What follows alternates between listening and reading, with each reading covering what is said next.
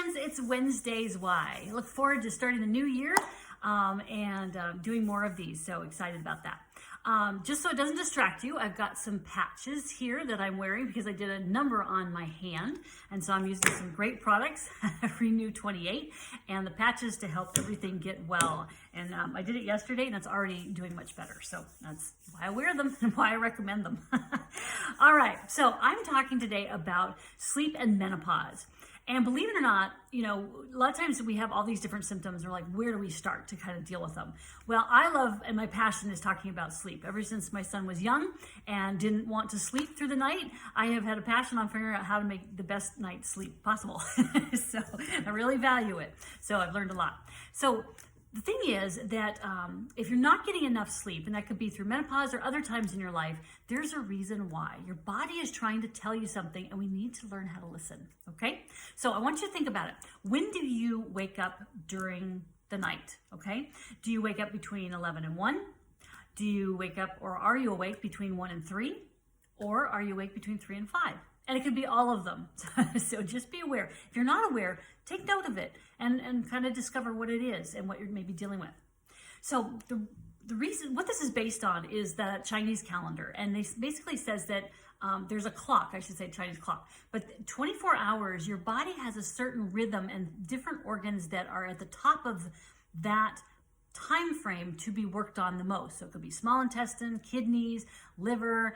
And so your body, if that particular organ is not doing well at that time, then you're going to have some symptoms. And so we try to find out, you know, what that is. So if you wake up between 11 and 1, that is your gallbladder time, okay? So it's not, what the whole process of the gallbladder is to process fats and toxins. So you may be getting bad fats in what you eat. You could have anesthesia, and so you have a lot of chemicals in your body. The foods may be have too many chemicals in them. So you may be eating, like, say, processed foods. Maybe you have other toxins in your life that your body is not being able to deal with. There's also an emotion that's attached to each organ. And so the gallbladder is how the gall of that person to be able to do that. And so that's kind of stuck in that field and having an issue. Another time that you might wake up is between 1 and 3. Well, that's liver time. All right. And so again, liver is supposed to be processing all of our toxins.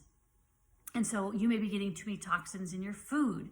You may be inhaling toxins. You may have it in something that you're putting on your body. That's why I make sure I have really good things I'm putting on my body so I'm not detoxing my body with chemicals. You may have mold in your environment, and so your environment is creating, just making you wake up. You have too much issues, and so therefore you have too many toxins, and so your body can't handle it, and so it wakes you up because it doesn't know what else to do. So again, the organ or the emotion that's involved in the organ of the liver is anger. And so if you have too much anger, that's your liver that is not detoxing well, okay? Now, if you wake up between 3 and 5, that's your lungs, okay? And so lungs, same thing. It may have too many toxins, you know, the mold I talked about, inhalants in your environment. It could be on the sheets, on your clothes that you're wearing. And so it's getting overwhelmed by all those toxins and it can't detox.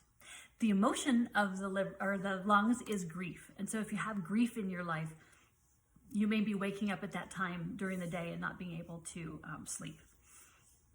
So again, our body is always talking to us. We just have to learn how to listen and to know what it's trying to tell us and where to look to get healthy and take care of itself. So I'm going to be sharing more about menopause and the different things that I've learned in menopause next Tuesday on January 23rd at 6 p.m. about different issues that I come up with menopause and why let's say these patches are maybe be helpful for you as you go through menopause. And so I'd love you to join us and we'll learn about more organs that are kind of involved, what's dealing with hot flashes, and just what you can do to kind of get yourself ready to do that. You know, I always think it's interesting that back in the 80s, when people would get, you know, kind of pregnant, they would kind of wear big tents and not wear form-fitting clothes. And there was just kind of like, you just kind of wanted to hide that you weren't pregnant. Well, then there was this kind of whole revolution about, no, we want to glorify the woman's body and the way pregnancy looks on the body. And it was very affirming. And I've seen that same thing with menopause, that it was kind of a taboo subject. No one talked about it. And our generation is just trying to like say, hey, let's address this. Let's find out what's going on so that we can be the best that we can be. So I think that's an exciting journey that we're all on. So I'd love you to join us next Tuesday, I'll get it right, on the 23rd of January at 6 p.m. And we're doing a Zoom. And so I can send you a link for that Zoom and let me know. And I'll send that to you. All right, well, great. Have a wonderful rest of the week. Blessings. Oh, wait, I'm Jody. I forgot to say. So I'm Jody Colgrove, and I help you discover that root cause of your health issue so you can finally get some answers, have clarity on what to do, have energy to be able to do it so you can live in peace, knowing you're headed in that right direction, getting back that health you want that you so richly deserve. All right, blessings.